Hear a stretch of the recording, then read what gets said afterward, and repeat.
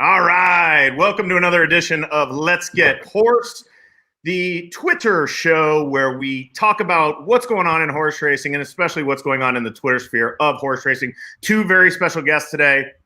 First of all, at Colts Handicap, who is none other than Matt Dinerman, the voice of Golden Gate Fields. Matt, welcome to the show. You've got to be the most excited person around right now with Golden Gate scheduled to open next week. Yeah, we're really excited to go back to racing at Golden Gate next week, and happy to be on the show, Billy. So thanks for having me. Yeah, I can't wait to see that little red light. Jonathan Stettin is here. Hashtag P6K, because I think it's Pick 6 King. He's a vocal horse racing activist on Twitter. What was your biggest Pick 6 hit?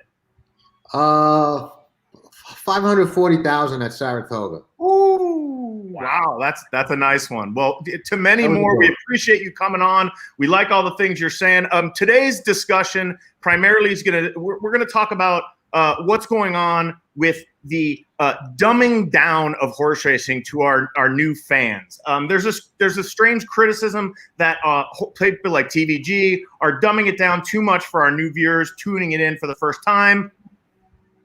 Matt, is there any credence to this? I mean, don't we need new fans? And don't we need to tell them what to do? We do need new fans. I think it's a little bit crazy that I can understand where if someone's putting a $10 win bet maybe on air of a 3 to 5 shot, yeah, it doesn't look too good. But at the same time, you have to think of it this way. You've got new fans that are trying to figure out what's going on. There are things like pick 3s, pick 5s, pick 4s. First of all, they're not sophisticated enough as handicappers to really understand the whole process of making tickets and making smart tickets and even trying to figure out, okay, there are some sequences maybe I don't want to play. And if you think maybe, for example, the payout won't be as high, do you play instead of 50 cents, you pay $1, you play $2. But what you can do is teach a person, hey, if a horse finishes first, you're going to win.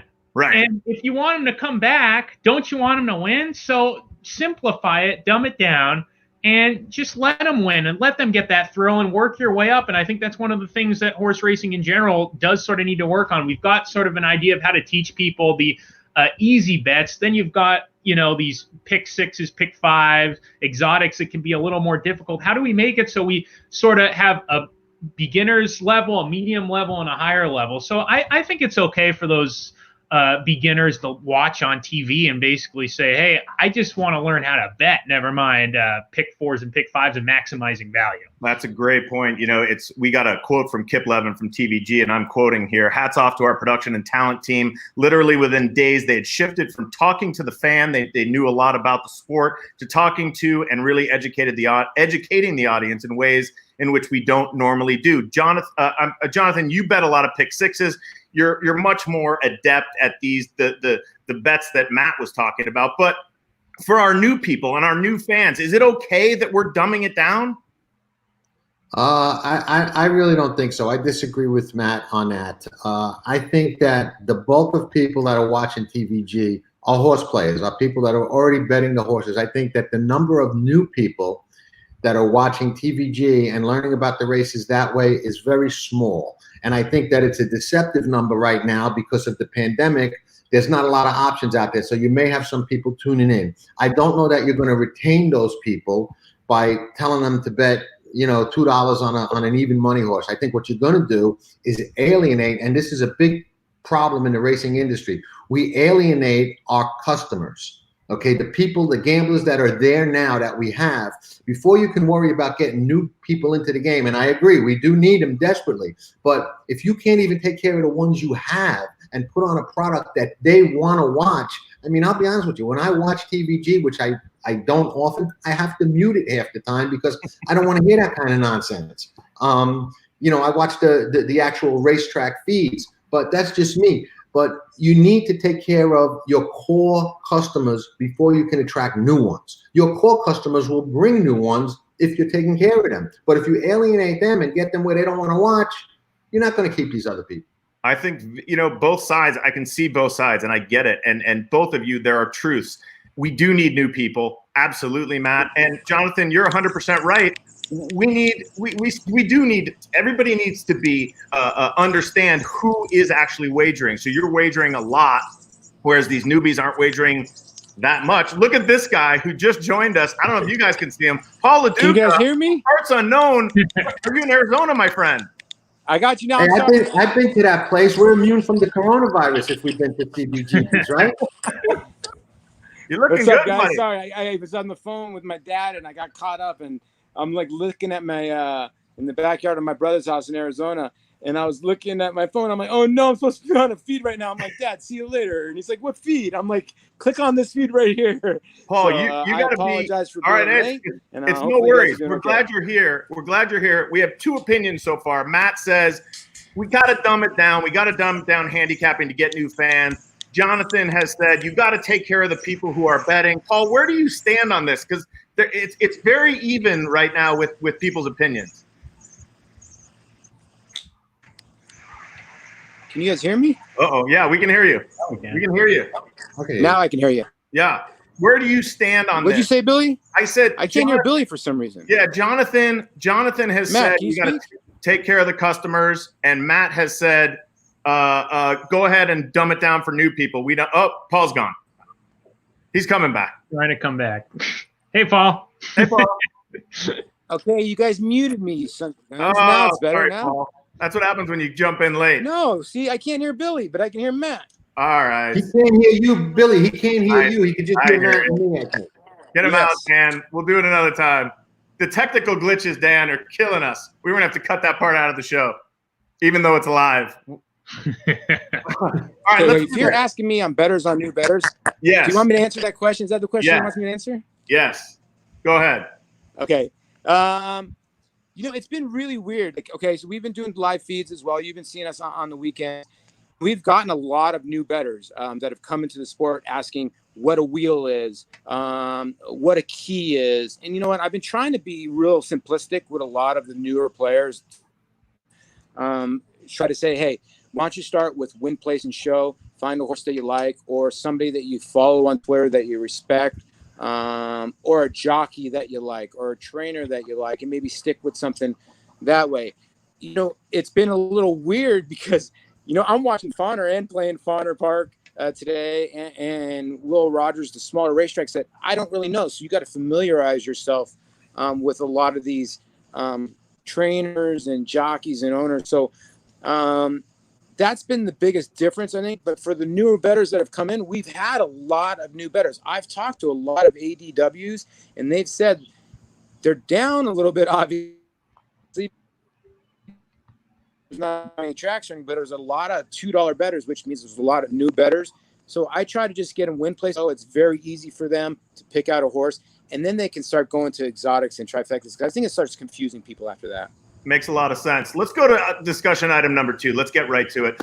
Let's start with Jonathan. What's the most important factor in your handicapping?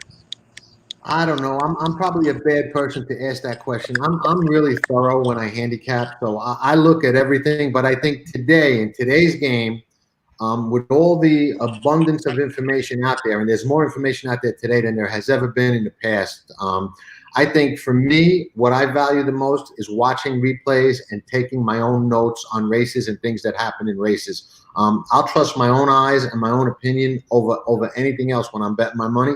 So, for me, I think the most important thing is watching replays, taking the time to watch replays, and watching them correctly. Most people, when they watch a replay, they'll watch the horse in front, or the horse that they bet on, or a horse that maybe Matt gave a call to because he's making a big move. You've got to watch it a couple of times and watch the horses that are, tucked in on the inside trap, never got a chance to run. You really got to, watch it thoroughly, correctly, take some notes. And, for me, I think that's the most underrated and most important aspect. Makes a lot of sense. Matt Dinerman, your most important factor in handicapping a race. Well, I was definitely going to say replays, like Jonathan said. I've talked about this. Just being able to know your circuit, and I think a lot of good horse players stick to the circuit. And like Paul LoDuca just said, when you're betting maybe a Fawner Park that you're not used to, you don't know that circuit. You don't know the track biases. You don't know the trainer patterns and the jockey patterns. If you get those replays and you know that circuit, it's going to help. But I'll say another important factor that I use, just looking on the page, I think when I'm looking at just page handicapping, is pace. Because even though class might make a big difference, it does, in fact. Class is very important, but sometimes the horse with the best trip wins as opposed to the classiest horse at times. So I'll add in there pace for me is very important in a race to figuring out who I think has a shot to win. It is the oldest adage in horse racing. That is, pace makes the race. We have a black box for Paul LoDuca, so we're going to assume that he is gone. I was going to just do this. It says Paul talk. But, he's obviously having technical difficulties. One thing that came across today on Twitter will be our third item, and that is the Preakness. They said they were going to run in October, I think October 3rd. Then later in the day, they said they had 3 spots. Matt, if you're Pimlico management, or we know who that is, I think you also work for them. When do you run the Preakness?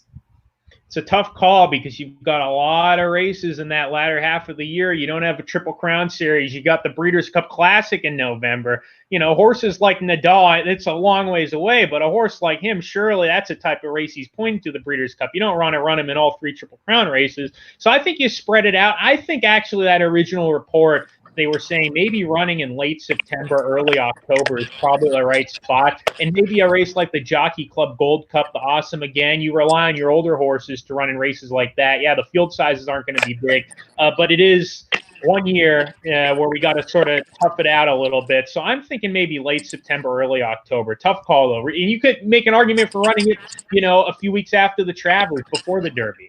There's so many options in the schedule. You're right. It's compressed. Jonathan, when would you run the Preakness? I would run it at this point as soon as I could, because later in the year, you're going to be up against so many other races. And you're not going to get, you just may not get the horses. You know, you may not get a good field. Now, if they run the Belmont at 1 1/8 like they're talking, that's going to change things. But if they keep the Belmont at 1 1/2 and the Derby at 1 1/4, not knowing which one's going to come first or second, I'd want to get the Preakness out of the way if it was my race and get, you know, the bulk of those horses now. And a lot of them are ready. You know, you got Bob's got all his horses ready. You know, they've been, you know, they're ready. I think you got a better shot of getting a full good field now than you might have later in the year. I like that you've both had different answers, but they both make sense. This show is supposed to be controversial, and you guys are all making sense. Paul, I have this thing, you can't hear me. It just says no. See, I relogged in. Now I can hear you loud and clear, Billy.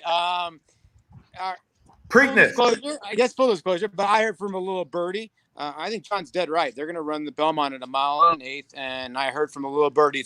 They're trying to get it done by the end of June. The issue that they're having in New York, which a lot of people don't understand, is there's still, you know, the pandemic is hitting them the hardest, and they have to get clearance first from the governor, and that's their biggest obstacle right now. Obviously, they're going to run the Belmont fans if they can get it there, but if they can, they're going to run it at 1 1/8 at the end of June. So now they can have some spacing with the Preakness, and I think that's why we had the statement with the Preakness schedule. Well, there is a date, but there really is a date because they're waiting on New York, and they're basically, you know, waiting on Governor Cuomo because he's opening up New York in section, guys, and right now where Long Island's getting hit the hardest, and so where breaking news here is not really a safe spot.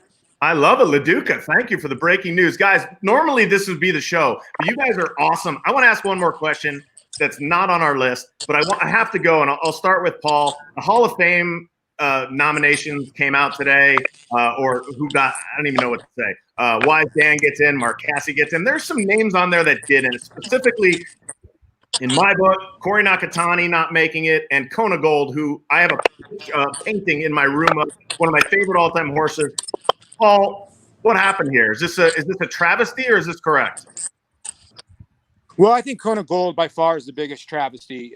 He should be in the Hall of Fame. It's not even close. I mean, to span his career, you got to understand, he was in 3 straight Breeders' Cups sprints. I mean, that's very, very tough to do. I mean, sprinters don't really have long shelf life, if you know what I mean. And it can be at that high of a level. Oh, he was awesome. He was a tough horse and a good horse. To me, he was the biggest stuff. Now, when you get to Corey, to me, is one of the most talented riders. And for a while, you could say he was the best turf rider in Southern California for a number of years. So you can make an argument for Corey as well. I'm with you on both of those, Billy. But I think Kona Gold's a big snub. I think a lot of people don't realize how good of a horse he really was. Jonathan, any snubs for you, or did they do it right? I have to agree with Paul. I think Kona Gold definitely deserves to be in there. I've got issue with most of the voting processes within our sport. So, I would say, Kona Gold was a no-brainer for me. I think he should have been in. Dinerman, we know you're going into the Hall of Fame as an announcer soon. I don't know when it's going to happen, but it will be soon. What did you think of today's announcement? I mean, I understand how that process works, and it is what it is. But, I'm the only one on this thing with minimal facial hair, and I wasn't even around when Kona Gold was running. You mean gray facial hair, white. Right. In a few years, I'm going to get to that point. So, Corey's a great rider, and I looking at Kona Gold's resume, he should be in there, and Corey should be in there with his resume. There are riders that are just as good, and Corey, a phenomenal. People say he was a phenomenal turf rider. He was a phenomenal rider. Period. I mean, he can ride any type of horse. It's a shame that they're both not in yet, but maybe next year. But I think they should be. They certainly have the credentials for it. Guys, unbelievable show. Thank you very much. Appreciate it. This is Let's Get Hoarse. Guys, follow these guys on Twitter. They're some of the best guys. He is not just Paul. He's at Paul LoDuca, I'm sure. I'm sure we can find you. At Jonathan Stettin. At Preakness Handicap. Matt, good luck next week. We're so pumped that Golden Gate is back. Jonathan, keep hitting kicks. Paulie, whatever you're doing with Barstool is awesome. Keep it up. You look good. And keep the workout videos coming up. You're inspiring me. I got a Peloton. Hey, listen, I just got a elliptical, and I'm curling propane tanks. So whenever you need me, let me know. There you go. Hey, happy birthday, Penelope. I know you're watching this. Happy birthday. And don't forget Mother's Day this Sunday.